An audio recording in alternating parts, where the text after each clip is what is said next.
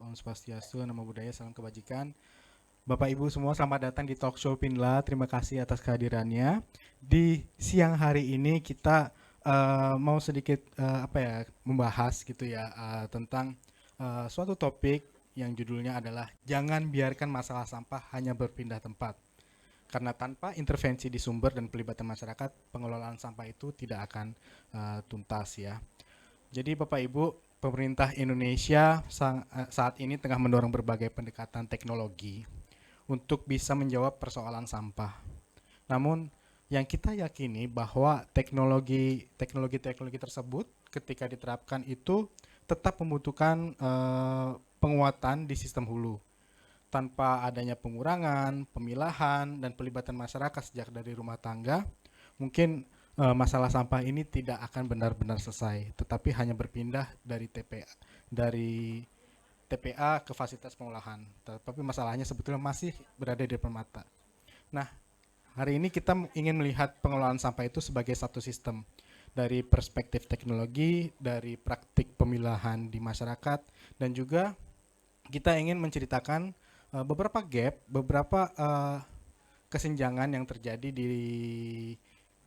yang kita lihat, yang Project Pinla lihat itu berdasarkan temuan-temuan selama Project Pinla ini berada di level masyarakat. Project Pinla sendiri itu merupakan program yang diinisiasi oleh Wahana Visi Indonesia dan Diverse Clean Action, dan juga dengan dukungan dari pemerintah Jerman, World Vision Jerman, dan juga pemerintah Indonesia melalui Kementerian Lingkungan Hidup. Saya izin perkenalan diri, Amrullah Rosadi, saya Managing Director dari Diverse Clean Action. Izin membawakan beberapa diskusi pada siang hari ini. Nah, Bapak Ibu, untuk membahas hal tadi, kita itu diskusi bersama beberapa narasumber. Yang pertama ada Bapak Dr. Panji Prawisuda STMT, peneliti dari RDI. Bapak Panji, namun sayangnya hari ini ada kendala sehingga tidak bisa hadir secara langsung, tapi beliau akan hadir secara online. Kalau boleh saya menyapa, Pak Panji, bisa mendengar suara saya, Pak Panji? Ya, terdengar jelas, Mas. Oke, terima kasih Pak Panji. Ya, Pak Panji, saya izin membacakan narasumber di siang hari ini. Yang pertama Pak Panji. Pak Panji ini merupakan akademisi, peneliti, punya latar belakang kuat di bidang teknik mesin, konversi energi, dan juga teknologi pengolahan sampah. Beliau merupakan akademisi di Institut Teknologi Bandung dan Research Development Initiative. Dan pengalaman beliau banyak terlibat dengan kajian-kajian teknologi untuk pengolahan sampah, diantaranya seperti RDF, Waste to Energy, dan teknologi persampahan lainnya.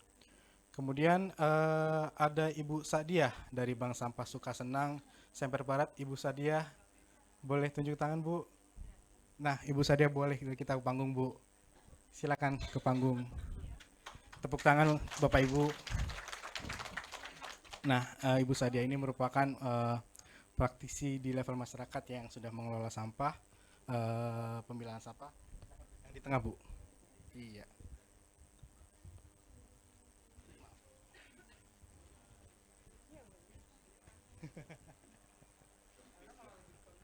Udah paling depan ya, Bu, jadinya sekarang.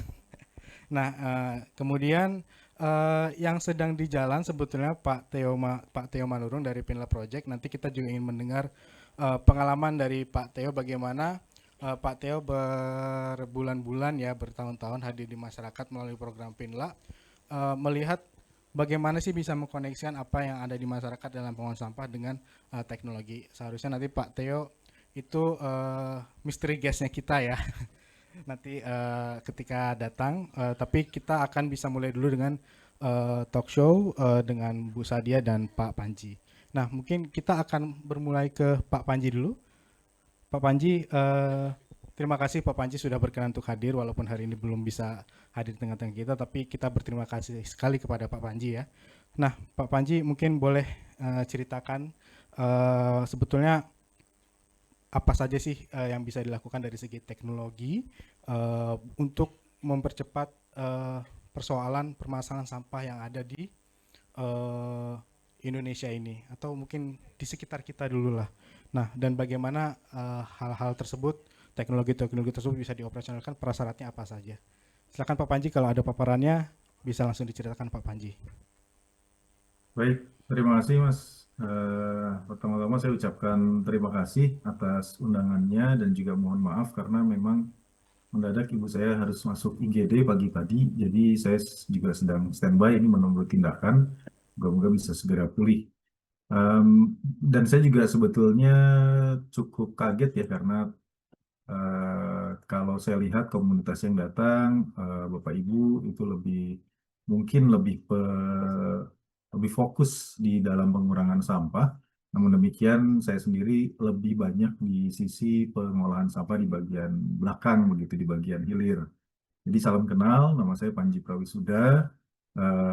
Saya ada di Institut Teknologi Bandung dan juga peneliti di Resilience Development Initiative. Ini sebetulnya kehormatan buat saya dan mungkin mohon maaf kalau isinya agak terlalu teknis. Mungkin saya share sedikit, moga-moga bisa bisa segera selesai ya, bisa tepat waktu begitu. Ini akan saya buka dulu dengan pengkategorian sampah di Indonesia. Jadi biasanya kalau kita bicara sampah dari sudut pandang yang berbeda-beda. Ada yang lebih fokus di sisi hulu, ada yang lebih fokus di sisi hilir. Ini saya beri nama kategori sampah Indonesia itu ada istilah calon sampah, sampah segar dan sampah lama. Nah, biasanya saya sendiri lebih mengurusi sampah lama atau sampah segar ya, yang berupa sampah residu, kemudian sampah tercampur, dan biasanya lebih banyak ke pengolahan agar bisa terselesaikan di TPA. Jadi ini bagian yang sulit, bagian yang teknis, bagian yang sebetulnya sangat membutuhkan bantuan teknologi untuk menyelesaikan masalah tersebut. Namun demikian, ada bagian sampah segar dan calon sampah. Ini sebetulnya masih punya potensi untuk dikurangi. Mungkin Bapak Ibu juga sudah aware ya bahwa komposisi sampah kita bermacam-macam. Mungkin bisa di slide berikutnya. Ini sebetulnya adalah komposisi sampah secara umum. Biasanya kita melihat sampah itu di grafik yang sebelah kiri. Jadi mayoritas berupa sampah organik, kemudian ada lagi sampah plastik, sampah kertas, sampah logam, dan lain-lain ya. Cuma saya ingin menggarisbawahi, mungkin bisa diklik Mas, bahwa sebetulnya ketika kita melihat dari sisi volume, sebetulnya sampah organik kita itu volumenya hanya kurang lebih 17%. Jadi dari sisi massa dia berat, tapi dari sisi volume kecil. Sebaliknya kalau kita bandingkan dengan sampah plastik yang massanya ringan, atau dia yang relatif ringan, tapi sebetulnya dari sisi volume besar.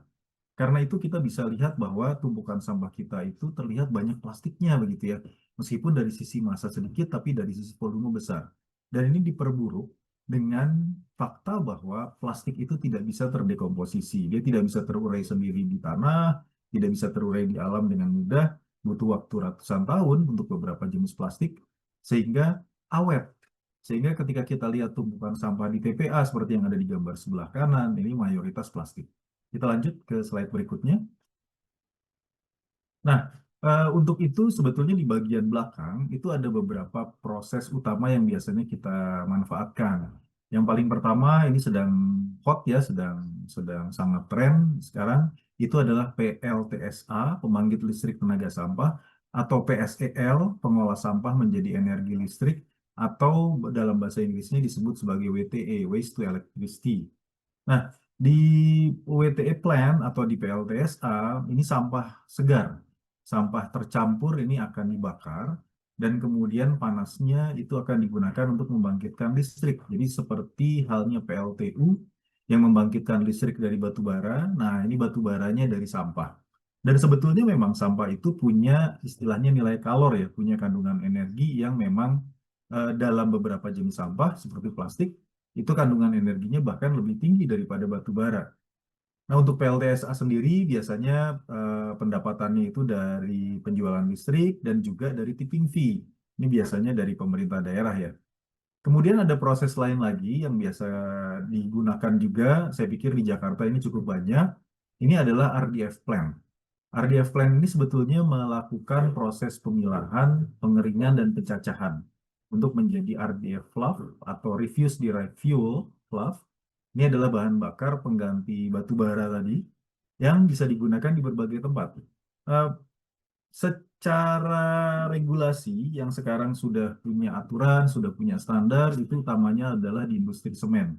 Kenapa? Karena industri semen itu memang bekerja atau menggunakan pembakaran di temperatur yang sangat tinggi ya, di 1400 derajat Celcius, dan juga produknya, abunya, hasil pembakaran itu juga digunakan untuk material semen itu sendiri.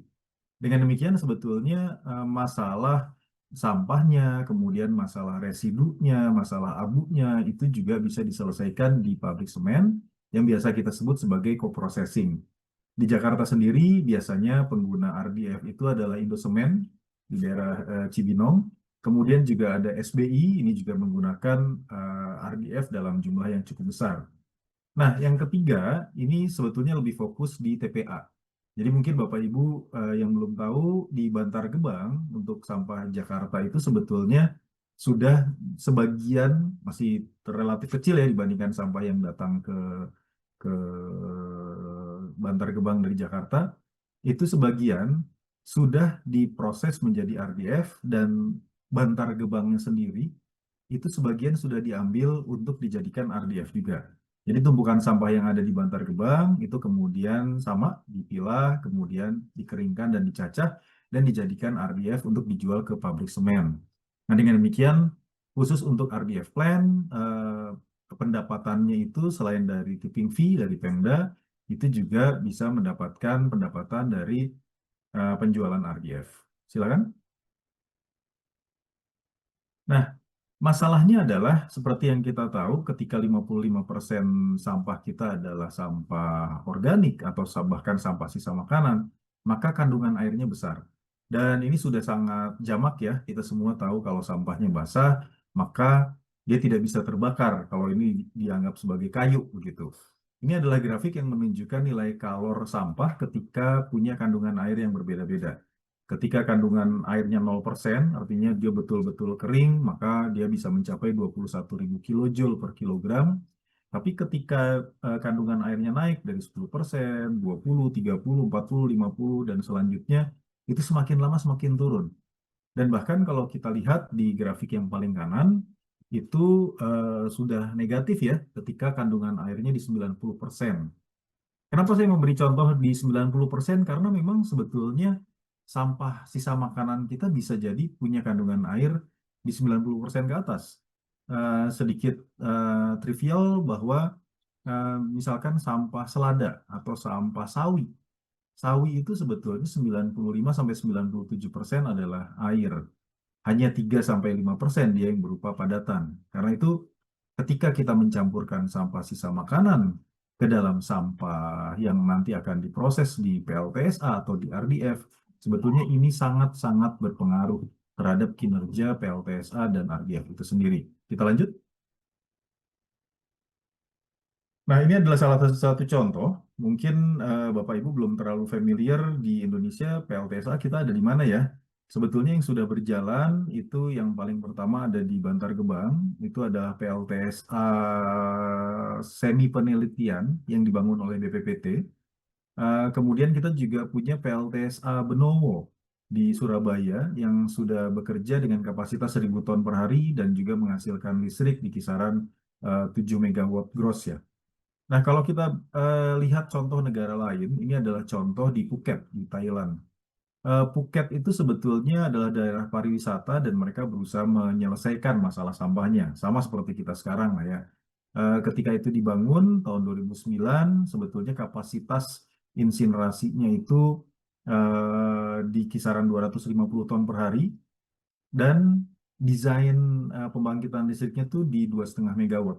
Namun demikian, kita tahu bahwa makanan di Thailand itu serupa dengan makanan di Indonesia ya. Eh, dengan demikian memang cenderung sampahnya basah.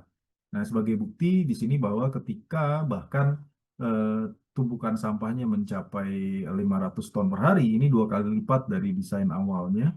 Ternyata produksi listriknya itu sama sekali tidak bisa mencapai 2,5 megawatt. Ini hanya 1,6 hingga 1,8 megawatt. Nah, dan hal ini sebetulnya sangat mungkin terjadi di Indonesia ketika sampahnya tercampur. Dan kita lanjut ke slide berikutnya.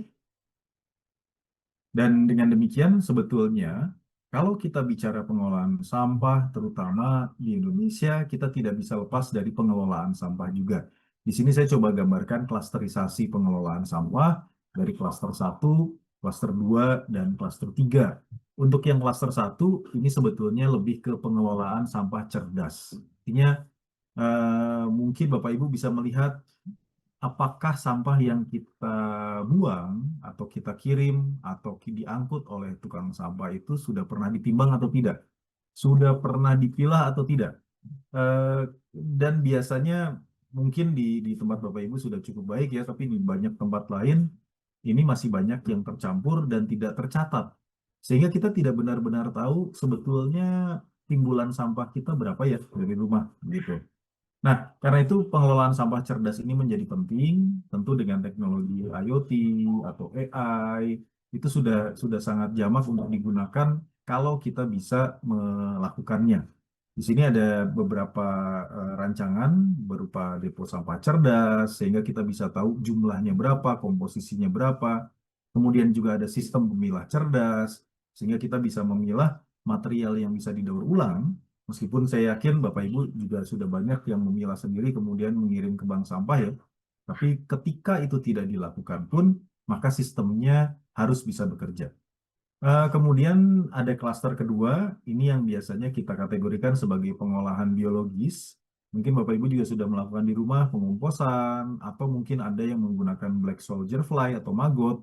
Dan ini sebetulnya adalah proses yang betul-betul cocok untuk sampah biologis, maka pengolahannya pun biologis sesuai begitu. Dan sebaliknya untuk sampah yang bisa didaur ulang, ini didaur ulang, dan pada akhirnya sampah residu. Sampah residu itu sampah yang tidak bisa atau sangat sulit didaur ulang, biayanya tinggi ketika didaur ulang, maka memang untuk saat ini solusinya kita hanya bisa melakukan recovery. Apa yang bisa kita ambil? Kalau kita tidak bisa mengambil materialnya, maka minimal kita bisa mengambil energinya. Di sini biasanya yang dilakukan adalah proses pencacahan, proses pengeringan, kemudian bisa juga diolah menjadi listrik dengan sistem thermal, atau bisa juga setelah dikeringkan dan dicacahkan ini masuk ke dalam RDF.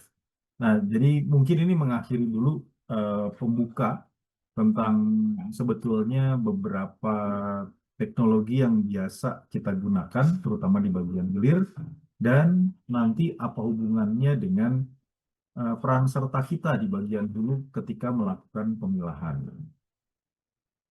Mungkin itu dulu dari saya. Terima kasih. Jika ada komentar, masukan, pertanyaan, mungkin kita bisa diskusikan setelah ini Siap. ya Mas ya. Terima kasih Pak Panji. Tepuk tangan Bapak Ibu untuk Pak Panji. Nah, nanti sambil diskusi berjalan, Bapak Ibu ya, saya mau konfirm dulu sebetulnya sama Pak Panji. Berarti tadi teknologi apapun yang saat ini ada untuk bisa sampah itu diolah menjadi produk yang lain, itu harus tetap ada pemilahan Pak ya. Tidak boleh tidak serta-merta sampah yang ada langsung dimasukkan ke dalam teknologi itu ya. Berarti Pak ya. Sebetulnya ada Mas. Jadi kalau kita Mm-mm. bicara apakah ada teknologi yang bisa mengolah semua jenis sampah, itu ada. Tapi Oke. Tapi biayanya berapa? Kalau oh. kita bandingkan dengan di Jepang misalkan, biaya pengelolaan dan pengolahan sampah mereka yang menggunakan insinerasi atau Mhm. PSA itu bisa mencapai 1,5 juta rupiah per ton. Per Kalau ton. kita bandingkan dengan di Indonesia, kita itu hanya di kisaran 100 sampai 200 ribu rupiah per ton. Jadi Baik. sepersepuluh dari biaya pengolahan sampah di Jepang. Karena itu Baik. sangat wajar ketika kita bilang, wah di Jepang bersih ya, Mhm. wajar karena biayanya tinggi. Kalau Oke. kita punya pembiayaan setinggi itu, saya pikir wajar. Tapi Baik. karena kita ada di Indonesia, maka ini perlu kita Baik. bicarakan bersama. Berarti saat ini untuk teknologi yang ada di Indonesia ya. Tadi kalau Pak Panji sempat sampaikan ada apa namanya RDF, ada waste to energy. Semuanya itu butuh sampah yang sudah terpilah untuk diproses lebih lanjut. Untuk waste to energy terpentingnya tidak boleh basah karena nilai kalornya nanti menurun.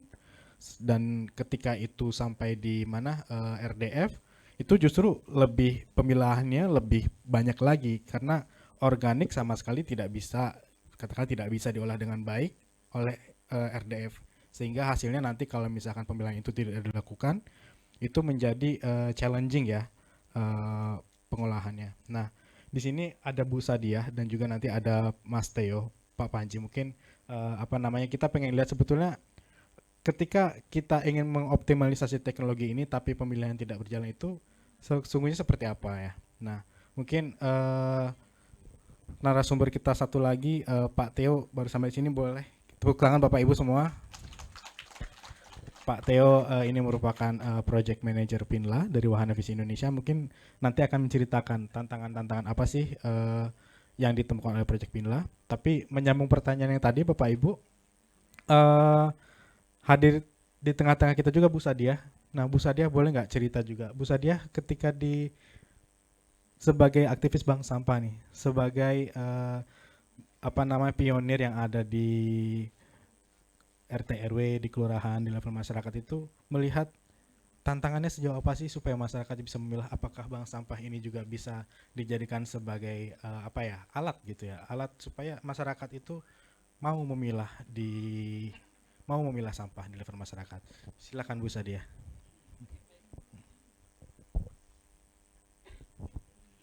Oke, baik Pak. Mungkin kita bisa dari kita perkenalan dulu ya Pak ya. Oke, baik. Assalamualaikum warahmatullahi wabarakatuh. Selamat siang, salam sejahtera untuk kita semua. Tapi sebelumnya saya mau mengucapkan terima kasih dulu kepada Diverse Clean Action, Wahana Visi Indonesia, dan juga semua pihak yang telah ikut memberikan kesempatan kepada saya untuk tampil pada hari ini berbagi pengalaman tentang sebagai pengurus bank sampah di Bank Sampah Sukasenang RW 06 Semper Barat. Dan hari ini saya cuma sebenarnya ingin cerita saja sih Pak, cerita bagaimana upaya kami di tingkat masyarakat dalam mengurangi masalah sampah melalui pemilahan dari rumah. Ya, jadi mungkin ada pepatah yang mengatakan tak kenal maka tak sayang. Izinkan saya untuk memperkenalkan diri saya dulu. Perkenalkan, nama saya Sadia, saya Ketua Bank Sampah Sukasenang. Kami berdiri sejak bulan November tahun 2019 dan kami berlokasi di wilayah Semper Barat RW 06 Celincing, Jakarta Utara. Sampai saat ini kepengurusan kami hanya 5 orang saja. Ya, 5 orang saja yang bergerak, dan salah satunya adalah anak muda di belakang kita itu bernama Galpin. Ya, ini anak muda yang peduli dengan lingkungan dan sampai saat ini masih aktif di bank sampah. Nah, terima kasih. Kemudian juga untuk nasabah sampai bulan Mei tahun 2026 ini kami sudah mencapai 258 nasabah. 258 Bu. 258 nasabah, dengan memang sih masih nasabah yang aktif di setiap bulannya itu sekitar 120 nasabah. 120 banyak iya, sekali. Betul. Cukup banyak Bapak Ibu. Tepuk tangan lagi Bapak Ibu untuk bank sampah Semper Barat. Kami juga melakukan penjemputan dan ke wilayah ya, penjemputan langsung karena bank sampah dengan masyarakat itu jaraknya lumayan jauh, bisa sampai 1 kilometer dari bank sampah. Kemudian juga kami melakukan penimbangan di bank sampah dan juga pemilahan. Dan kemudian tonase sampah yang kami hasilkan per bulan itu 400 sampai 700 kg per bulan. Gitu. Boleh dibantu slide Kak? Oke, ya, ini bank sampah kami kondisinya bisa dilihat. Ini bank sampah kami ya, kondisinya bisa dilihat. Dengan kondisi yang alhamdulillah sekarang sudah lebih baik. Boleh slide selanjutnya Kak? Oke Bapak dan Ibu yang saya hormati, mungkin kalau kita membahas tentang sampah pasti yang dalam pikiran kita itu tentang pengangkutan sampah, tentang TPS, tentang TPA. Sebenarnya sampah itu berawal tuh dari rumah kita masing-masing ya kan Pak. Jadi kami belajar bahwa ternyata pengolahan sampah itu nggak bisa ngandelin pengangkutan sampah gitu ya, atau pengelolaan di hilir. Tapi ternyata masyarakat sampah tuh masih dicampur. Jadi akan menjadi hal yang sangat sia-sia. Jadi hanya memindahkan masalah gitu. Masalah cuma pindah tempat doang nih. Rumah memang menjadi rapi, menjadi bersih rumah kita. Tapi di TPA, di TPS, sampah menjadi gimana Bu? Menumpuk ya, sangat menumpuk sekali. Jadi karena itu langkah pertama sebenarnya yang harus kita lakukan adalah melakukan pemilahan sampah dari sumbernya. Dan sumber sampah itu adalah rumah kita. Ya. Jadi di wilayah kami RW 06 kami sudah mengajak warga untuk memilah sampah. Jadi mana jenis sampah yang bernilai ekonomi. Ya misalnya seperti botol, botol plastik, kardus, kertas, kaleng, dan sebagainya. Dan mereka akan mengarahkannya kemana? Yaitu ke bank sampah. Jadi sampah ini tidak harus berakhir di TPA atau TPS. Tapi memang kalau kita mengajak warga pasti ada kendala ya ibu-ibu ya. Pasti kita akan menghadapi kendala, yaitu kendalanya bahwa mereka akan bilang, ngapain sih milah sampah? Terus ngapain juga milah sampah kalau nanti ujung-ujungnya juga dicampur di gerobak sampah atau di TPS atau di TPA gitu kan masyarakat. Kemudian mereka juga menanya, aduh manfaatnya apa sih buat kami gitu ya. Atau bilang nggak ada tempat di rumah saya. Terus kita mager deh milah sampah udah nggak ada waktu kayak gitu. Nah disinilah peran penting bank sampah. Bahwa ternyata bank sampah itu bukan hanya sebagai tempat untuk menabung sampah, tapi juga sebagai sarana untuk memberikan edukasi kepada masyarakat ya. Selanjutnya peran bank sampah dulu. Untuk peran bank sampah yaitu kita melakukan door to door education dan perubahan perilaku warga melalui door to door education ya. Jadi door to door education atau DTDE merupakan salah satu praktek baik program PINLA dalam melaksanakan edukasi perubahan perilaku masyarakat dalam memilah sampah. Jadi pada saat DTDE biasanya kami langsung datang ke rumah warga.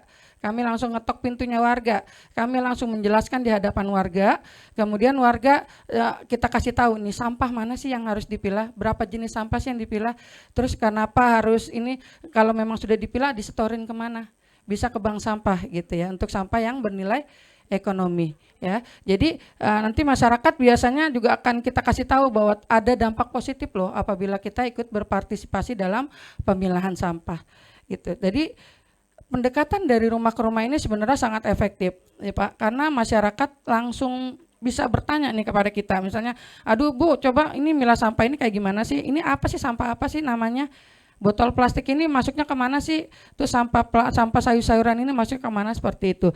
Jadi mereka bisa langsung berinteraksi dengan kita atau bertanya langsung dengan kita, daripada kita hanya melakukan sosialisasi umum saja Pak. Atau sekarang mungkin yang sedang marak ya di status WA, karena pemerintah sekarang mencanangkan harus memilah sampah dari rumah.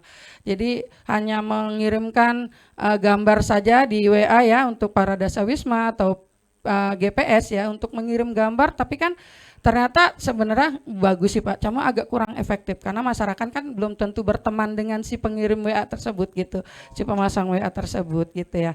Jadi tapi sih sebenarnya kalau kita mau melihat perilaku masyarakat dalam memilah sampah, sekarang mereka sudah cukup baik. Masyarakat sudah banyak menjadi nasabah bank sampah. Pada masa bank sampah kami berdiri tahun 2019, kami hanya mempunyai nasabah 19 orang. Ya, 19 orang saja. Itu kami penjualan ke optaker itu hanya sekali dalam setahun. Jadi hanya berkisar 700 sampai 800 ribu saja pendapatan dari beberapa nasabah tersebut ya. Kemudian kami terhalang oleh COVID di tahun 2020, kemudian di tahun 2021 PINLA datang kepada kami.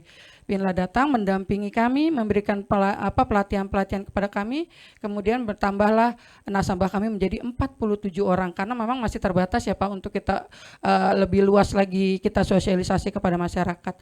Nah, pada tahun 2022 PINLA fase 1 itu melakukan DTDE ke wilayah kami RW 06 dan mengajarkan kita mendatangi 1.000 rumah ya untuk mengedukasi mereka tentang pemilahan sampah, dan itu tentunya menambah nasabah kami lumayan banyak ya, sangat signifikan penambahannya itu jadi dari 47 menjadi 168 nasabah.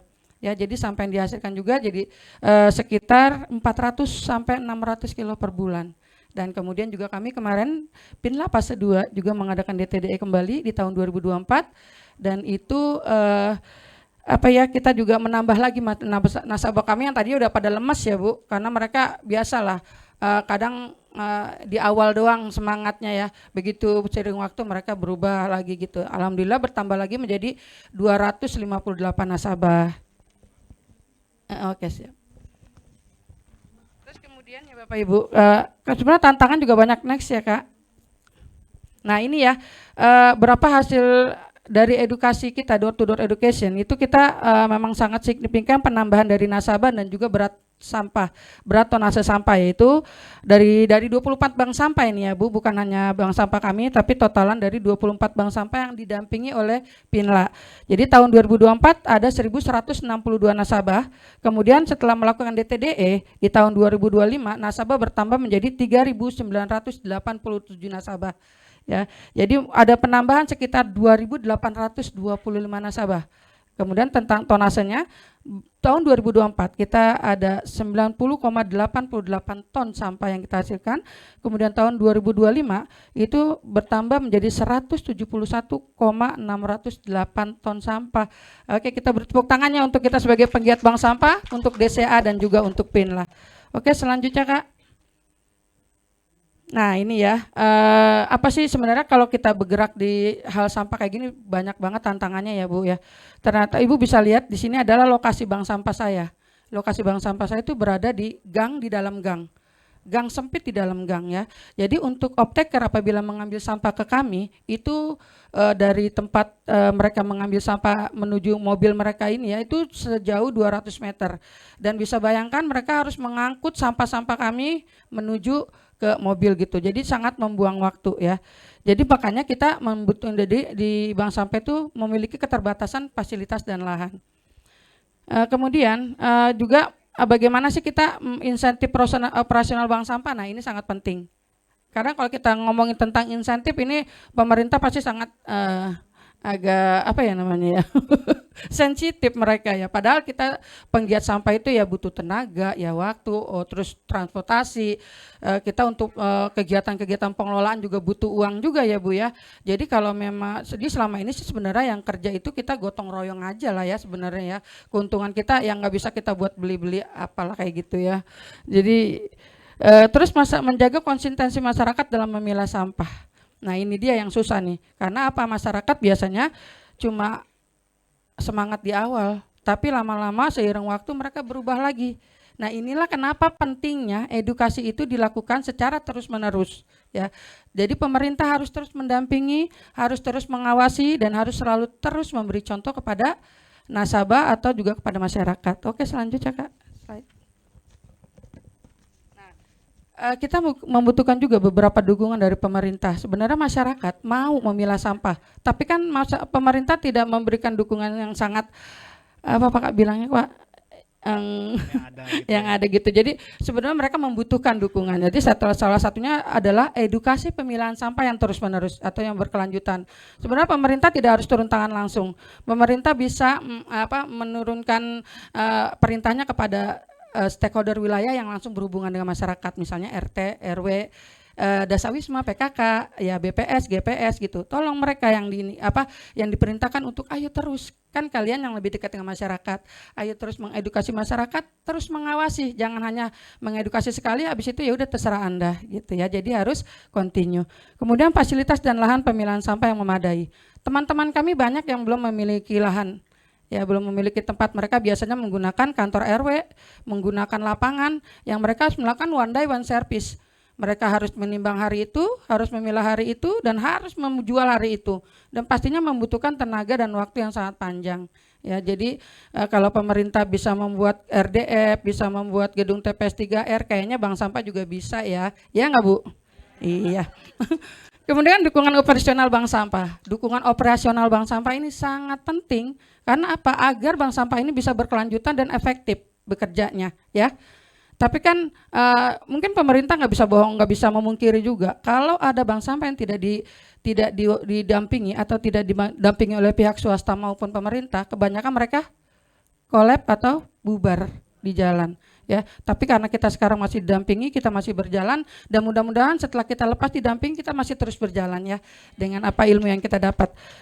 Oke, baik, itu aja Kak. Tapi sebelum saya akhiri saya sedikit menitipkan satu hal penting. Jangan sampai apa yang kita dengar hari ini, apa yang kita dapatkan hari ini hanya berakhir menjadi catatan atau menjadi foto pengisi galeri HP kita, tapi ambil satu poin yang paling relate dengan lingkungan kita saat ini, aplikasikan setelah kita pulang dari sini. Perubahan terjadi bukan karena apa yang kita tahu, tapi perubahan terjadi dari apa yang kita lakukan. Terima kasih itu aja. Wassalamualaikum warahmatullahi wabarakatuh. Waalaikumsalam warahmatullahi wabarakatuh. Luar biasa sekali Bu Sadia. Terima kasih Ya, banyak. sama-sama. Jadi kita dapat sedikit poin di gambaran. Ternyata pemerintah mau bikin fasilitas RDF, WTE, kalau misalkan nggak ada pemilahan nggak bisa. Betul banget. Nah, betul. tapi di masyarakat juga mau memilah sulit. Nah, bagaimana caranya? Salah satunya harus ada bank sampah Yes, yang bisa mempercepat pemilahan tersebut. benar. Nah, tapi tantangannya mungkin nggak sesederhana itu juga Bu ya. Benar. Tadi Bu Sadia harus turun tangan langsung, melakukan edukasi DTDE ke masyarakat supaya masyarakat ngerti pentingnya bank sampah, pentingnya pemilahan, sehingga dapat benefit. Betul Bu ya? Betul banget, Pak. Nah, tapi tantangan lebih banyak lagi itu mungkin Mas Theo nih mau cerita nih.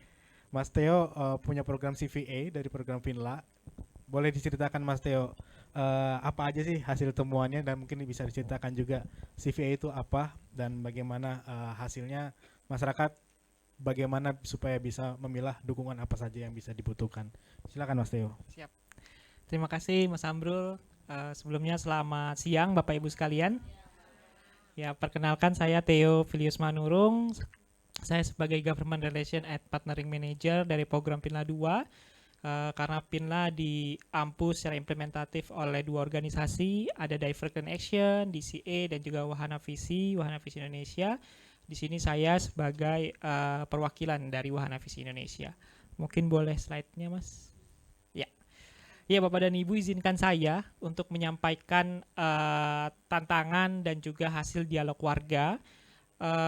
Dalam kesempatan ini saya memberi judul tentang penguatan akuntabilitas sosial dan partisipasi masyarakat sipil dalam mendorong layanan dan praktik pengolahan sampah yang berkelanjutan.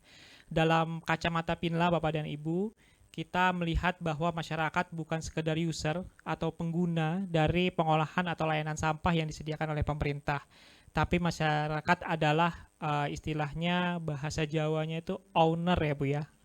Oh, bahasa Jawa bukan bahasa Jawa ya. Ownership of policy, jadi sebagai pemilik dari kebijakan itu sendiri. Sehingga kami mendorong masyarakat bisa terlibat aktif untuk mempertanggungjawabkan apa layanan yang ditawarkan oleh pemerintah, sehingga kebijakan pemerintah juga menjadi lebih sempurna lagi. Karena kita tahu kebijakan ini dibuat oleh manusia, sehingga pasti masih banyak ketidaksempurnaan di dalamnya, sehingga butuh partisipasi masyarakat.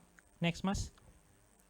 Saya mulai Bapak dan Ibu dengan target dari DKI Jakarta. Sampai tahun 2029, kalau nanti Bapak dan Ibu searching tentang RPJMD DKI Jakarta, kita itu punya target pengolahan sampah sampai 100% Bapak dan Ibu di 2030. Berarti kalau dihitung dari tahun 2026, kira-kira 3-4 tahun kurang lah Bapak dan Ibu ya. Karena 2026 udah jalan, ya tinggal 4 tahun, 3 tahun ke depan atau 4 tahun ke depan, yang kita sama-sama memiliki target untuk DKI Jakarta punya pengolahan sampah 100%. Pemerintah menetapkan ini bukan target pemerintah saja Bapak dan Ibu ya, ini beban kita bersama dari CSO, NGO, pemerintah maupun masyarakat. Di 2026, kalau saya baca di banyak media, kemudian beberapa dokumen dari DKI Jakarta, target 2026 itu 70% pengolahan sampah dan 30% pengurangan sampahnya. Jadi pada saat 2030 nanti adanya 100%, sehingga TPA Bantar Gebang itu nanti mungkin hanya mengelola residu aja. Seperti tadi yang sudah disampaikan oleh Pak Panji ya, bahwa fasilitas-fasilitas TPA maupun fasilitas seperti RDF, insinerator, itu fokusnya nanti di residu. Sebuah sampah atau jenis sampah yang tidak bisa dikelola oleh masyarakat atau fasilitas-fasilitas yang lain. Next, Mas. Kemudian tantangannya apa? Apa yang sudah dilakukan pemerintah saat ini? Saat ini salah satu yang dilakukan oleh pemerintah adalah membentuk RDF di beberapa wilayah untuk mengoptimalkan pengolahan sampah di level recovery. Jadi sampah tadi yang bukan hanya dibuang saja, tapi bisa dipulihkan lagi manfaatnya. Namun tantangan RDF sendiri ternyata punya tantangan tersendiri ya Bapak dan Ibu ya. Kami melihat bahwa RDF ini tidak bisa optimal dan efektif apabila sampah dari sumber, dari rumah tangga maupun dari kawasan atau dari wilayah lain itu tidak berjalan pemilahannya. Kalau kita lihat dari penelitian dari ilmu lingkungan di Universitas Indonesia, mengkonfirmasi bahwa nilai kalor di Jakarta itu hanya sekitar 1.100 sampai 1.300 kilokalori. Itu di bawah standar sekitar 2.500 Bapak dan Ibu. Nilai kalori ini adalah salah satu standar yang digunakan untuk menghitung apakah pembakaran yang dilakukan itu butuh berapa biayanya dan hasil produknya nanti seperti apa. Kalau tadi Pak Panji sudah menyinggung salah satu hasil produknya adalah bahan baku semen.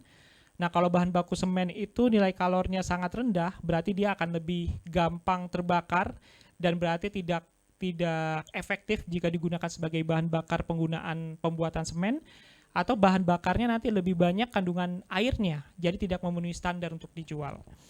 Nah, Bapak dan Ibu, sekedar pengetahuan saja bahwa kapasitas RDF kita itu mencapai 2.500 ton per hari. Jika kita kalkulasikan sekarang, DKI Jakarta itu melakukan produksi sampah itu sebesar sekitar 7.000 ton ya, kalau saya tidak salah, per hari. Dan sebagian besar masih berupa sampah-sampah basah. Tantangan di RDF, Bapak dan Ibu, tanpa pemilahan, RDF itu akan membutuhkan biaya pengeringan dan juga biaya pembentukan produk yang tinggi. Baik itu akhirnya secara cost-nya atau biayanya tinggi, dan secara sistemik kinerja pengolahan sampahnya akhirnya tidak efektif karena produk-produk yang dihasilkan tadi tidak match atau tidak cocok dengan apa yang diterima oleh pasar. Lanjut, Mas. Nah, Bapak dan Ibu, kita masuk ke bagian apa yang terjadi di masyarakat. Bapak dan Ibu, 60% sampah di DKI Jakarta itu berasal dari rumah tangga. Berarti dari 7.000 sampah yang diproduksi per hari itu 60%-nya adalah berasal dari rumah tangga. Berarti dari rumah saya, dari rumah Bapak dan Ibu, atau orang-orang yang tinggal di DKI Jakarta. Sisanya itu dari kawasan, dari sekolah, dari pabrik, daerah industri, dan yang lainnya. Kami melakukan studi bersama Puskaha Indonesia, melakukan studi tentang gap analisa mengenai kebijakan dan juga implementasi pengolahan sampah di masyarakat. Kami menemukan 3 hal Bapak dan Ibu yang menjadi tantangan di dalam pengolahan sampah dari sumber ini. Pertama, lemahnya pemahaman masyarakat terhadap kebijakan. Jadi kami menemukan tidak semua masyarakat nih sadar, tidak semua masyarakat yang diambil sampelnya Bu ya, mengetahui bahwa pengolahan sampah itu adalah tanggung jawab pribadi orang yang memproduksi sampah tersebut. Masyarakat masih merasa bahwa pertanggungjawaban sampah itu ya punya pemerintah, berarti pemerintah yang mengurus, pemerintah yang apa gitu ya. Padahal di undang-undang sudah jelas bahwa setiap orang yang memproduksi sampah, yang menghasilkan sampah itu punya tanggung jawab untuk melakukan pengolahannya atau paling tidak melakukan pemilahannya. Kemudian adanya gap perilaku pengolahan sampah dan regulasi. Jadi regulasi misalnya kebijakan apa mengharapkan masyarakat itu melakukan apa, melakukan A. Kebijakannya A, masyarakat diharapkan melakukan A. Ternyata pada saat turun ke masyarakat tadi ya, pada saat karena regulasinya tidak clear mungkin, atau masyarakat pemahamannya kurang baik, atau sarana-prasarana belum ada, sehingga perilaku pengolahan sampahnya itu nggak diharapkan. Jadi harusnya jadinya A, ternyata perilaku masyarakatnya B, atau C, atau jauh malah jadi Z gitu. Nah, itu perilaku-perilaku ini yang akhirnya membuat rendahnya peran serta dan kesadaran masyarakat. Nah, Bapak dan Ibu, untuk mendorong ini, karena tadi ya Bapak dan Ibu, premis dari kami adalah kami menganggap bahwa masyarakat adalah owner of policy, jadi Bapak dan Ibu semua dan saya adalah pemilik dari kebijakan itu, bukan sekedar pengguna dari kebijakan itu, maka kami mengajak setiap orang yang terlibat dalam program PINLA untuk terlibat aktif dalam akuntabilitas sosial. Kami menggunakan pendekatan civil voice and action atau suara dan aksi warga negara. Kami melakukan pendekatan pendidikan warga, mobilisasi warga, dan nantinya masyarakat bisa memenuhi hak dan kewajiban warga negaranya. Masyarakat bisa memperjuangkan secara aktif apa haknya, tapi juga menyadari apa kewajibannya untuk setiap layanan yang ditawarkan oleh pemerintah. Lanjut. Ya, ini tahap-tahapannya Bapak dan Ibu. Secara garis besar kami melakukan riset dulu tadi yang saya sampaikan tentang apa yang terjadi gapnya. Kemudian kita melatih kira-kira ada 100 kader saat ini tersedia yang sudah memiliki kemampuan untuk mengadvokasi terhadap layanan yang ada di masyarakatnya. Jadi kader-kader ini secara sudah aktif untuk menanyakan, untuk melakukan pendekatan kepada pemerintah, untuk melakukan advokasi secara baik kepada pemerintah. Kita melihat ya, salah satu advokasi itu adalah demo. Tapi kami tidak mengambil cara itu, kami mengambil cara yang lebih elegan, yaitu masyarakat diajak untuk bisa menganalisa kira-kira pemerintah menawarkan apa dari pelayanannya, apa gapnya, usul saran apa yang diminta oleh masyarakat, apa yang tersedia di pemerintah di masing-masing level, apa yang tersedia di masyarakat, apa yang tersedia di komunitasnya. Sehingga setiap permasalahan yang timbul, tantangan yang timbul itu diadvokasi secara bersama-sama, kemudian difasilitasi secara bersama-sama. Next, Mas. Ini salah satu contohnya Bapak dan Ibu, di bagian kiri saya ya, di bagian kiri saya itu ada pemantauan standar. Ini adalah dialog antara pemerintah dan masyarakat, pemerintah dan pemerintahnya ya, antara penyedia layanan pokoknya dari pemantauan standar, dan kartu penilaian ini antara masyarakat dan masyarakat.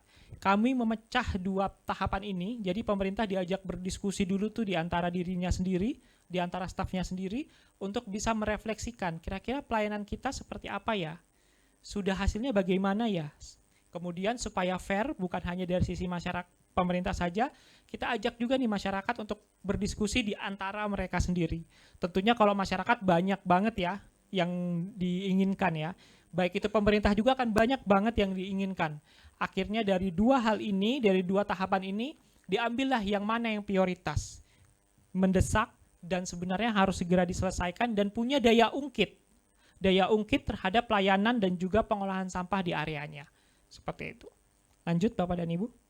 Lanjut Mas, maaf. Ya. Ini hasil partisipannya, secara gender memang lebih banyak terlibat wanita ya, karena di bank sampah kita lebih banyak wanita. Ibu-ibu, jadi perempuan hampir 60%, laki-laki 39%. Dari pendidikan warga, di mana kita didik warga pemerintah maupun masyarakat untuk memiliki persepsi yang sama, itu sudah sampai seribuan orang, 1.500.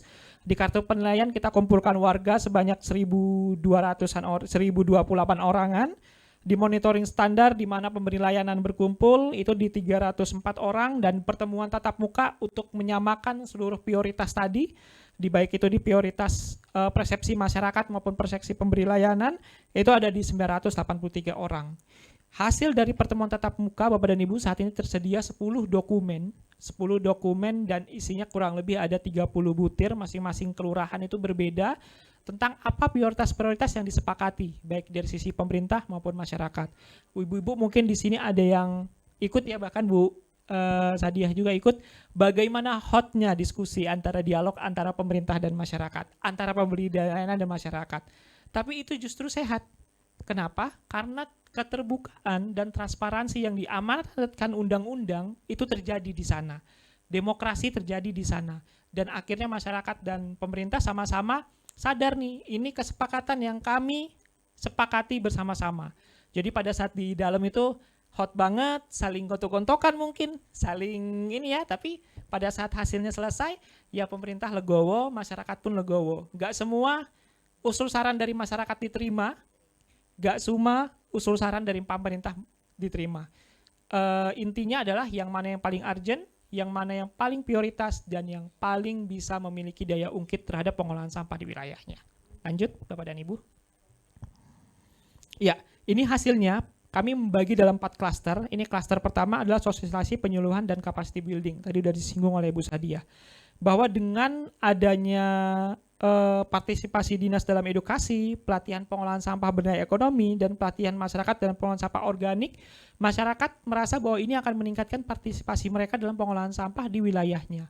Kenapa? Karena akhirnya masyarakat diedukasi secara konsisten ya. Konsisten. Karena ternyata ditemukan bahwa ada beberapa wilayah itu yang baru diedukasi 2 tahun lalu atau bahkan 3 tahun lalu. Harapannya masyarakat minimal ya 1 tahun ada 2 kali edukasi misalnya seperti itu. Atau 1 tahun minimal 1 kali edukasi, tapi pemerintah rutin datang ke bank sampah atau datang ke masyarakat untuk melakukan penguatan seperti itu. Dan ternyata yang paling unik, kami bertanya, kenapa sih edukasi itu harus ada embel-embel dinasnya? Nah gitu. Kenapa pertanyaannya? Ternyata masyarakat merasa bahwa dengan kehadiran dinas mereka ada yang diperhatikan seperti itu. Karena kami melihat program NGO apapun, baik itu WFFI, WDCA, itu punya keterbatasan waktu ya di areanya. Yang paling lama adalah pemerintah itu sendiri. Dan masyarakat tidak menstate ya apakah harus di LH, apakah harus RW, kelurahan atau apa. Tapi dinas yang memang atau pemerintah yang memang punya perhatian khusus itu yang turun kemudian memperhatikan dan memberikan edukasi. Next, Mas. Mas Teo, maaf 5 menit lagi ya, Ya. Mas. Kemudian sarana dan prasarana fasilitas, ini ya Bapak dan Ibu ya, fasilitas terkait komunal maupun dari bank sampah. Dari bank sampah maupun komunal adanya penyediaan gerobak sampah di setiap RT, penyediaan sapras, penyediaan sampah terpilah, dan juga pengangkutan sampah terjadwal. Nah Bapak dan Ibu, kita menemui masyarakat itu sudah semangatnya cukup tinggi tuh untuk melakukan pemilahan. Kadang kalau ditanya, udah dipilah belum di rumah? Udah, pilah A, B, C. Tapi Pak, pas diangkut sama tukang sampah nyampur lagi katanya gitu. Oke, pas ditanya tukang sampah nyampur lagi. Kalau misalnya udah ada pengangkutan sampah terjadwal, apalagi Bu tantangannya? Iya Pak, di rumah ternyata nggak ada kotak pemilahannya. Atau saya dikasih ember sama pemerintah, tapi karena embernya saya yang sejadiin mandi katanya gitu. Jadi itu ya Bu ya, unik-unik ya. Jadi memang baik itu pemerintah, CSO maupun masyarakat harus punya kesadaran juga bahwa bagaimana pemilahan terjadwal itu terlaksana, tapi juga fasilitas komunalnya juga tuh ada. Nah itu Bapak dan Ibu yang perlu dipikirkan bersama. Nah next Mas. Yang berikutnya adalah lahan dan dana operasional bank sampah. Nah ini yang tadi disampaikan oleh Bu Sadiah.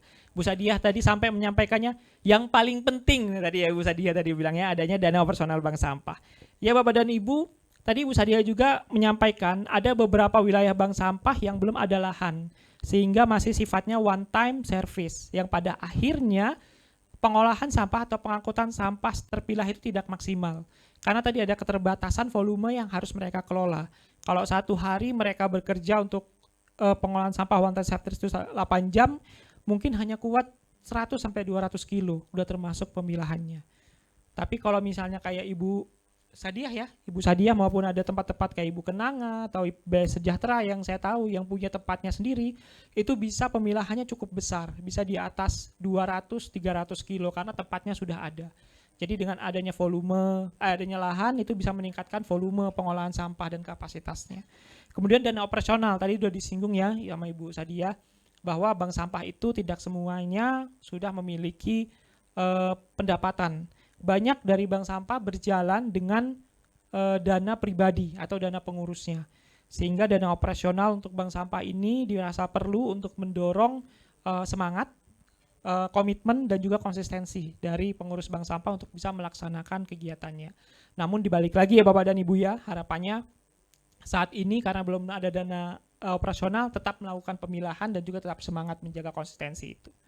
Lanjut Bapak dan Ibu. Nah ini yang terakhir, apa rencana aksi yang tadi saya bicarakan 10 rencana aksi tadi. Saya langsung rangkum untuk Jakarta Utara, Jakarta Timur, dan Pulau Seribu karena ini 3 daerah intervensi PINLA. Pertama, terbentuknya sistem pemilihan sampah yang terpilah terjadwal yang konsisten. Misalnya, kayak Jakarta Utara itu sekarang sudah punya sistem pengolahan sampah terpilah dengan drop point ya Bapak dan Ibu ya. Drop point. Mungkin nanti Bapak dan Ibu perlu mengajak pemerintah juga untuk melakukan evaluasi apakah drop point efektif. Kalau belum efektif, bagaimana posisinya yang harus dilengkapi. Seperti itu. Sehingga ini sangat penting dan krusial supaya pemilihan sampah terjadwal itu benar-benar berjalan. Tanpa ada pengangkutan sampah yang terpilah atau terjadwal atau sistem serupa, maka tidak ada pemilahan yang konsisten yang terjadi di masyarakat. Kedua, tersedia sarana pemilahan di level rumah maupun level komunal. Karena ada beberapa masyarakat atau wilayah yang tidak ada sampahnya, tempat sampahnya, sehingga masih berserakan. Kemudian tersedianya sarana dan prasarana pengolahan bank sampah, tadi sudah saya sabarkan. Edukasi pemilihan sampah yang rutin dan konsisten, karena masyarakat ya, bahkan saya juga kalau tidak edukasi secara konsisten akan lupa tentang tanggung jawabnya. Kemudian dana operasional untuk BPS maupun bank sampah RW. Kemudian tersedianya kapal pengangkutan sampah terpilah ini di level Kepulauan Seribu ya. Kepulauan Seribu kita tidak bisa melupakan Kepulauan Seribu karena bagian dari DKI Jakarta. mereka butuh pengangkutan sampah terpilah untuk bisa memaksimalkan distribusi sampah yang sudah dilakukan di masyarakat. Kemudian kebijakan larangan untuk membuang sampah di area wisata. Ini menjadi isu yang hot juga di kepulauan, karena sampah yang hadir di kepulauan ternyata juga hasil dari aktivitas pariwisata yang mungkin turis atau pariwisata belum 100% menyadari tentang pentingnya pemilahan sampah. Next, kayaknya sudah habis. Ya, terima kasih Bapak dan Ibu. Baik. Terima kasih Bang Amrul untuk kesempatan. Terima kasih banyak Bapak Ibu, tepuk tangan semuanya untuk Bang Theo.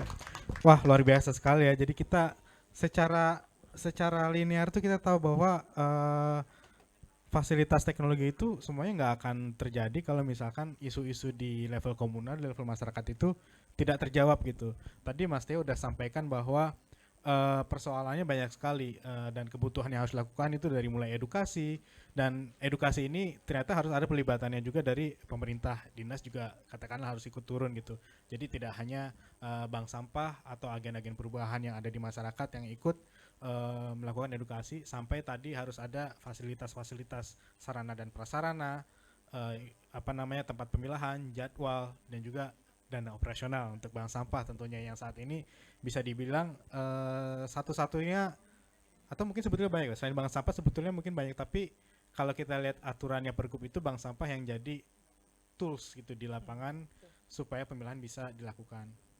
Nah Bapak Ibu, selanjutnya ada sesi Q&A. Sebetulnya saya juga pengen banyak bertanya nih sama Pak Panji, Bu Sadia, dan Bang Theo, tapi saya ingin lebih banyak kesempatan terbuka buat Bapak Ibu di sini, karena buat teman-teman penanya, Bapak Ibu yang nanya, nanti ada souvenir yang disiapkan yang bisa dibawa pulang. Jadi kita buka sesi tanya jawab dulu. Mungkin 2-3 orang pertama dari Bapak Ibu ada yang ingin bertanya kepada panelis kita sore ini. Oh ya, silakan satu. Silakan Pak.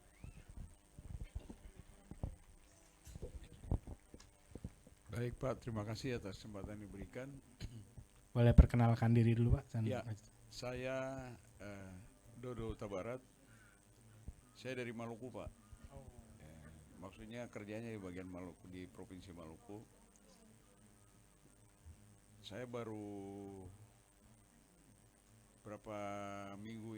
satu bulan ini dilantik di lingkungan hidup Pak, Kepala Dinas Lingkungan Hidup.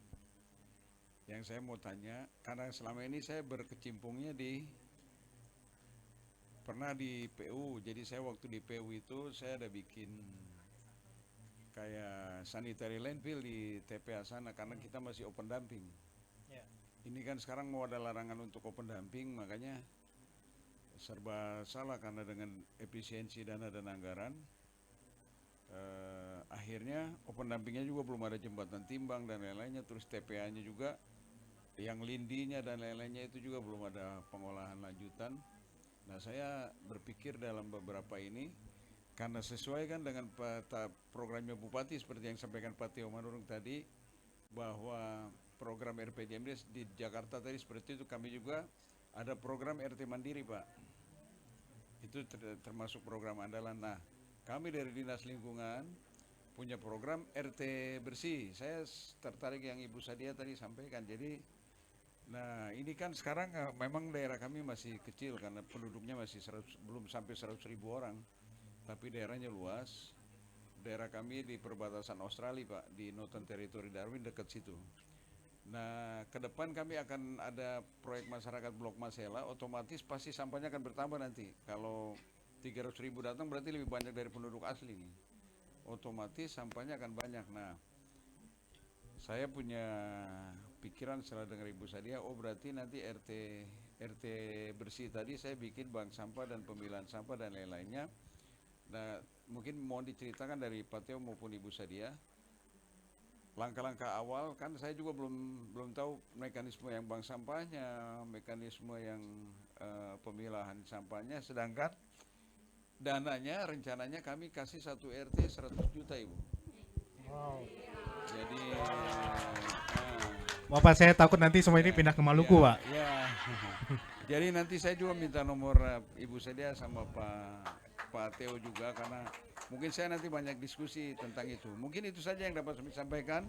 Kami kembalikan kepada Bapak Moderator.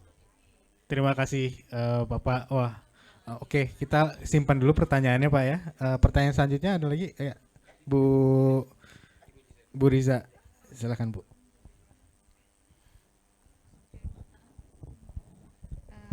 Terima kasih, izin memperkenalkan diri. Saya Riza dari Sudin LH Kepulauan Seribu. Menarik sekali tadi ada paparan. Izin mungkin sedikit koreksi untuk tahun ini dibalik. Jadi pengurangan yang 70, pengurangan yang 30. Jadi berharap bertumpu di kesadaran masyarakat untuk ngurangin dari sumber. Begitu. Karena ini mungkin ya menanggapi bahwa kita sudah darurat sampah di mana Bantar Gebang kemarin ada terjadi tragedi ya, sehingga langsung menterinya ganti kebijakan yang menurut kami memang drastis ya. Yang tadinya 30 jadi 70. Jadi dibalik yang pengurangan 30 jadi 70 karena di tahun depan kita bersiap Bantar Gebang hanya menerima residu, betul, residu. Nah, tahun ini diperkenankan 50% yang ke Bantar Gebang. Jadi yang misalnya truk datang ke Bantar Gebang 1.200, sekarang hanya dibatasi hanya 600. 600. Iya, jadi berkurangnya dengan gratis. Oleh karena itu, melalui kegiatan ini kita sama-sama mencari formula yang efektif dan efisien untuk bersiap diri di tahun depan kita udah kelola sampah di Sumber. Nah tadi ya VCA itu keren banget ya. Tadi saya mau menanggapi tentang pemodalan di bank sampah. Ini kemarin kita juga dapat kunjungan dari BPAD menyikapi tentang pengembangan bank sampah ya. Nah untuk pemodalan ini ada kesulitan karena namanya bank sampah ya. Bank sampah itu kan kesannya adalah ekonomi. Tapi ketika minta modal sama bank sampah ternyata nggak dapet karena ini kalau bank sampah itu kan harus ada legalitasnya ya, dia PT atau apa gitu nggak dapat.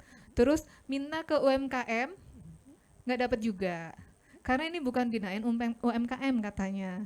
Minta ke DLH nggak dapat juga. Kita bukan tusi untuk ngasih modal. Jadi makanya bank sampah boleh dibilang hidup segan mati tak mau ya. Hidup segan mati tak mau. Karena pemodalan ini merupakan permasalahan sampai sekarang. Saya tidak tahu mungkin nanti bisa dibantu sama teman-teman baik UFI atau DCA. Ini modalnya kita cari dari mana ya gitu kan. Sampai sekarang belum ketemu nih rumusnya ya. DLH nggak bisa bantu, bank nggak bisa bantu, UMKM juga nggak bisa bantu gitu. Nah itu ya. Terus kedua masalah benar itu tadi masalah tempat ya. Ini di Pulau Seribu juga merupakan hal yang krusial. Kita emang nggak punya tempat, apalagi kan Pulau Seribu segitu-gitu aja ya tempatnya ya gitu. Nah ini juga kita selalu dorong ke pemerintahan Pemkab gitu ya. Nah ini juga masih menjadi permasalahan bahkan kalau untuk Pulau Seribu kita PR-nya nambah lagi tentang transportasi ya. Mungkin kalau di darat itu mudah ya nelpon truknya DLH bisa dibantu angkut gitu ya. Nah kalau kita karena Pergub 3-3-nya belum mengakomodir tentang hal itu, kita juga masih jalan di tempat. Ini mungkin nanti regulasinya saya minta tolong juga hasil dari VCI ini bisa disounding ke kami sehingga nanti kita bisa mungkin melakukan revisi dari regulasi yang sudah keluar saat itu. Terima kasih. Siap, terima kasih Bu Riza. Nanti Mas Theo dan Bu Sadia bisa mungkin menanggapi ya. Kalau Pak Panji di sana juga bisa menanggapi terkait dengan dinamika bank sampah di masyarakat dan permodalan juga tadi ya. Nah, satu pertanyaan lagi Bu tadi, ya Bu yang di depan tadi duluan.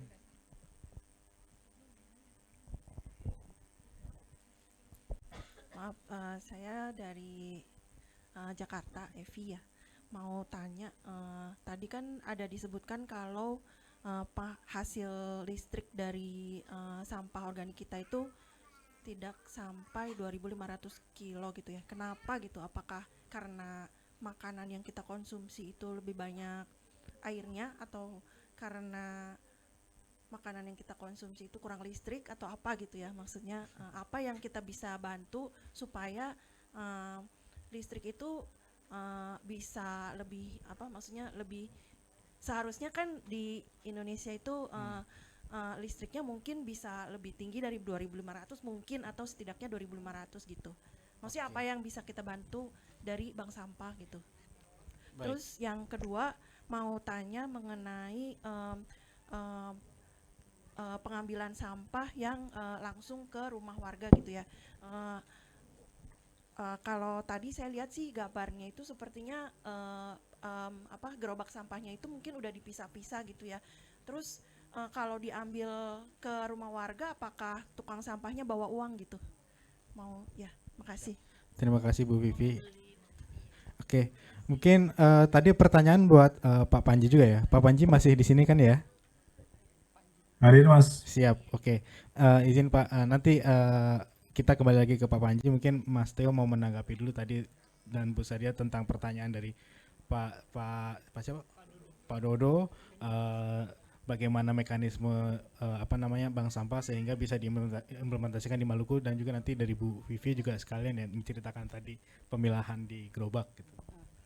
Oke, baik, terima kasih Pak Dolo atas pertanyaannya. Untuk bagaimana mendirikan bank sampah, mungkin dari awalnya sebenarnya Pak, kalau kami bank sampah kami memang agak sedikit berbeda dengan bank sampah lainnya, karena memang kami dari masyarakat sipil saja yang mendirikan gitu.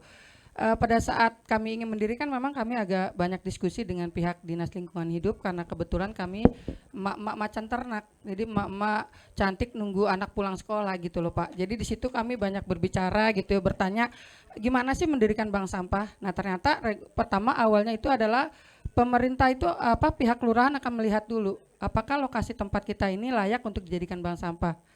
Apabila sudah memang pemerintah layak, kita langsung mengajukan untuk pembuatan SK gitu loh Pak, SK untuk bank sampahnya. Jadi nanti agak sedikit ini sih. Kalau sekarang mungkin agak lebih cepat Pak, karena memang pemerintah memang sudah punya ini aturan ya untuk mendirikan bank sampah di setiap RW. Tapi dulu bagi kami itu belum ada Pak. Jadi harus dilihat lagi, terus mereka diam-diam sidak rumah saya dulu, bener enggak nih ini rumah ini bener ininya lahannya atau enggak kayak gitu. Jadi yang paling utama untuk mendirikan bank sampah adalah SK-nya dulu dibuat, terus kemauan dari warganya atau masyarakatnya untuk tetap konsisten memilah sampah, atau tetap konsisten nih untuk pengurusnya bahwa walaupun tidak mendapatkan sesuatu yang mungkin lebih, kita harus tetap melakukan, tetap bertahan gitu loh Pak. Itu aja sih kemauan dari masyarakatnya. Terus mungkin ada bilang lagi nggak ada lahan atau nggak ada tempat, sebenarnya itu bukan jadi masalah. Jadi yang penting kemauannya dulu, dijalanin dulu aja, seperti itu sih Pak yang kita lakukan. Kemudian dari dari Jakarta itu, jadi Kak kalau untuk gerobak sampah tadinya saya itu hanya menggunakan motor saja Kak. Penjemputan kami itu dari bank sampah menuju titik penjemputan kami itu menggunakan motor, dan itu kami melakukannya bolak-balik. Jadi bisa tahu ya satu itu kalau menggunakan motor saja berapa waktu yang kami habiskan. Tapi alhamdulillah kemarin di bulan Mei 2026 kami mendapat bantuan, bisa disebutkan boleh? Bantuan dari pihak swasta, yaitu dari Sibank. Kami dapat bantuan berupa gerobak sampah. Jadi motor kami sekarang punya pendamping, punya gandengan. Jadi dia nggak sendiri lagi, dan akhirnya sekarang alhamdulillah pengangkutan kami jadi lebih efisiensi Pak. Karena kami memang tidak tanpa modal Pak membangun bank sampah ini. Kami hanya mempunyai kemauan, kemudian RT kami memberikan kami hanya timbangan digital. Kalau dari Bapak 100 juta, waduh itu sungguh hebat banget Pak kalau itu. Kita hanya itu modal kita, tapi alhamdulillah sampai detik ini kami masih berjalan gitu bank sampah kami. Dan kalau untuk itu gerobak kayak tadi ya, karena memang kami dapat bantuan dari pemerintah gitu, dan nanti kita kebawa gerobaknya untuk lebih mengefisiensi waktu.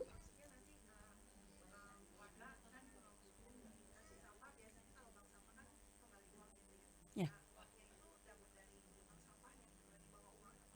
Oh ya. Ya, jadi sistem kami adalah sistem tabungan. Jadi ditabung dulu, dan biasanya di hari raya baru kita bagikan. Iya, jadi hanya kita tulis untuk penjualan, jadi tidak langsung kita beli secara cash. Seperti itu. Terima kasih. Terima kasih Bu Sadia. Nah langsung ke Mas Teo. Ya. Saya mungkin menambahkan dikit aja Pak untuk Pak Dodo tadi, bahwa hal yang perlu dilakukan adalah memastikan adanya regulasi dulu Pak, Kalau di Jakarta itu sudah ada regulasi Pergub 33 dan 77, sudah langsung menggagas tentang bank sampah dan BPS-nya. Kemudian di bank sampah itu memang harus ada strukturnya dan segala macam, dan memang kalau di bank sampah di DKI Jakarta itu di SK-kan oleh lurah.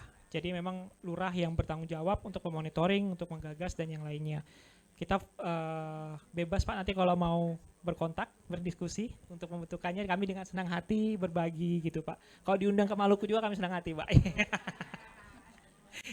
Ya itu aja mungkin dari saya. Untuk Ibu dari Riza. Ibu Riza tadi, terima kasih ya Bu ya untuk koreksi. Berarti memang 70% ya Bapak dan Ibu ya adalah pengurangan sampah. Jadi memang dari sumber memang benar-benar digalakkan mulai dari tahun ini. Dan karena 50% sudah dikurangi dari Bantar Gebang, berarti nanti akan ada proses penumpukan sampah nih Bapak dan Ibu. Kalau misalnya nggak ada perubahan perilaku dimulai dari sekarang. Ya. Siap, terima kasih. Dan kami juga akan ini ya Bu ya, akan terus mengadvokasi mengenai regulasi yang diperlukan untuk direvisi terkait perubahan-perubahan ini. Siap, makasih.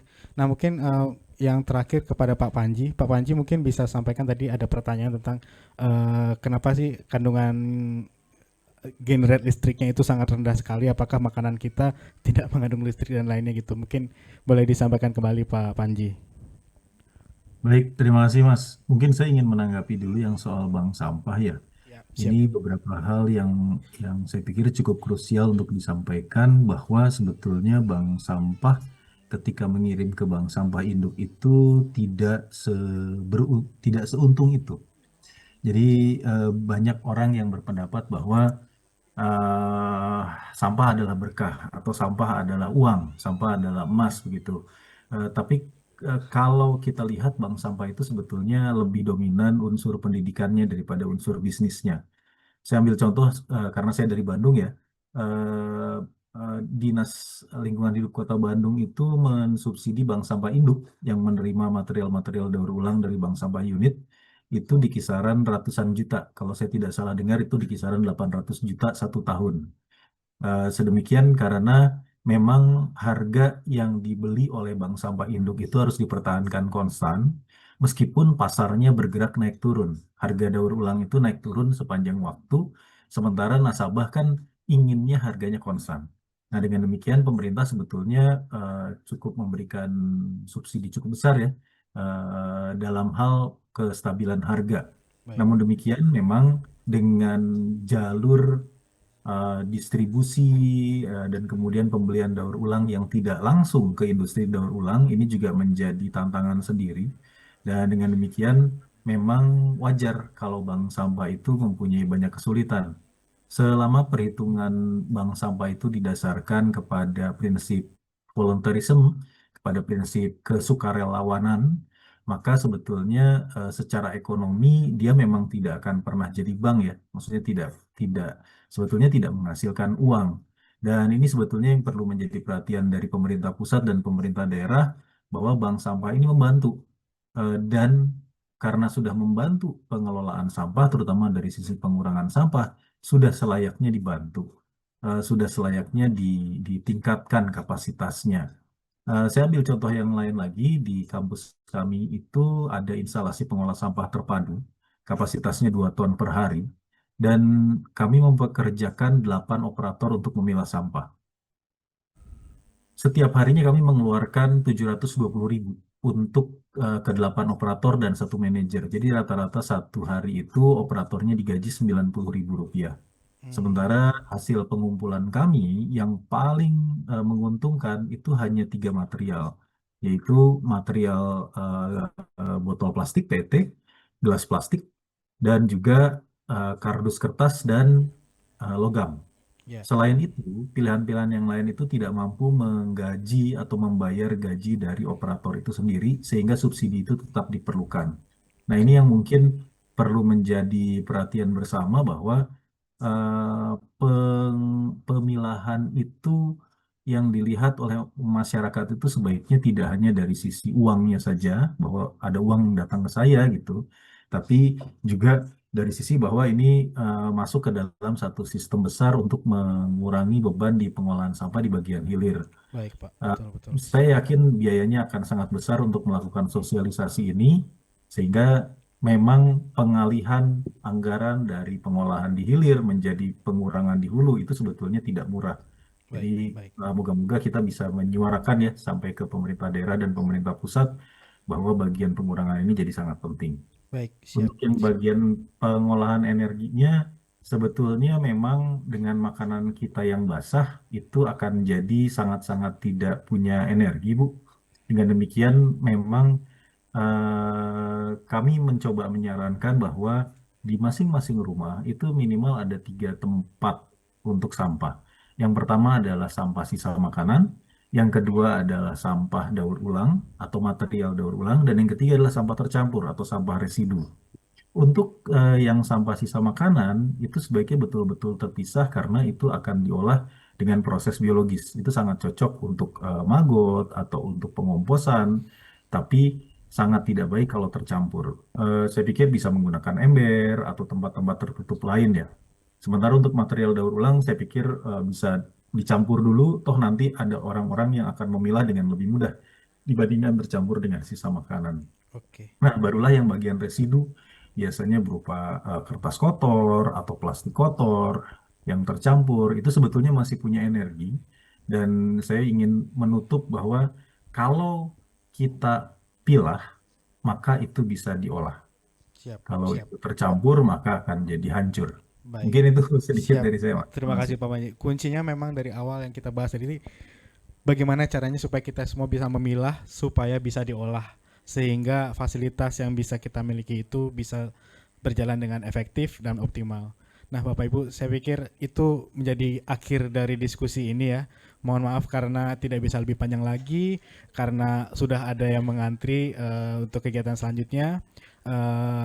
Buat Bapak Ibu yang ingin bertanya lebih lanjut, nanti monggo banget bisa Richard langsung sama Bu Sadiah kalau ada yang pengen lebih tahu lebih banyak lagi tentang bikin bank sampah, dan juga dengan Pak Theo. Saya izin untuk kata panitia minta foto bersama dulu ya dengan narasumber. Pak Panji bisa on cam dulu sebentar.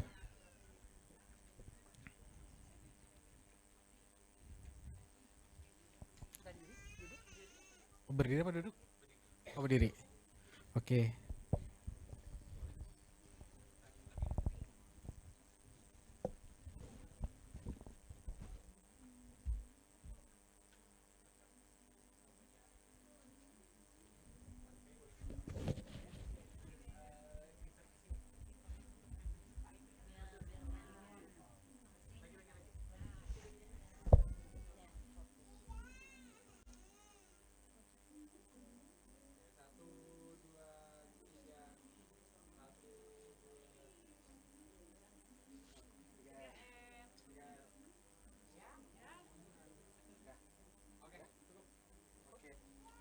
Terima kasih Bu Sadia, Pak Panji, dan juga Bang Theo yang sudah berkenan untuk sharing. Bapak Ibu, terima kasih banyak atas kehadirannya di talk show ini. Silakan kalau ada yang ingin bertanya lebih lanjut dengan pembicara hari ini. Terima kasih banyak. Kalau kepada Pak Panji mungkin bisa terpisah ya komunikasinya. Baik. Atas perhatiannya sekali lagi mengucapkan terima kasih banyak atas kehadirannya. Saya ucapkan wassalamualaikum warahmatullahi wabarakatuh. Salam. Tepuk tangan untuk kegiatan talk show Pinlas siang hari ini.